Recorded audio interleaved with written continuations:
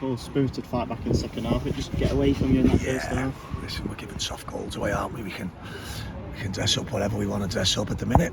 We're giving soft goals away. When you're giving soft goals away, you'll struggle to win football games.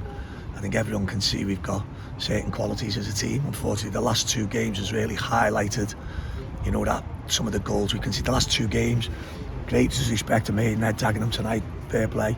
We don't come under pressure in games. We're not defending our box or heading it off the line or kicking it out. We just are really susceptible for switching off and making some really poor decisions in possession of the ball further up the pitch.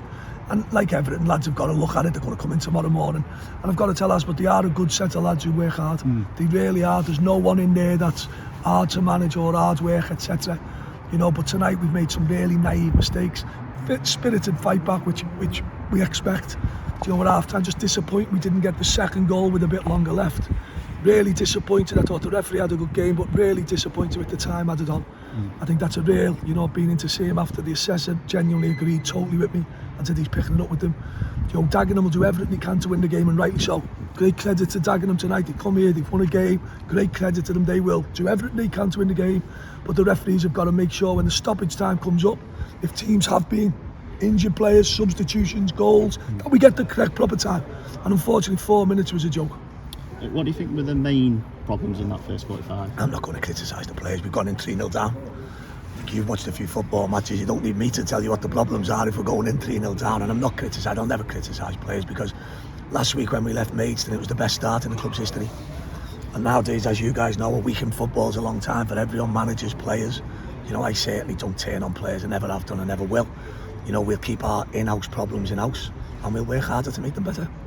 Is the defensive fragility surprising? I'm not going to criticise defensive fragilities and stuff like that. It's not correct. It's all lads and individuals. We win as a team and we lose as a team. Tonight we've lost as a team. Where do we go from here then? Eastleigh Saturday.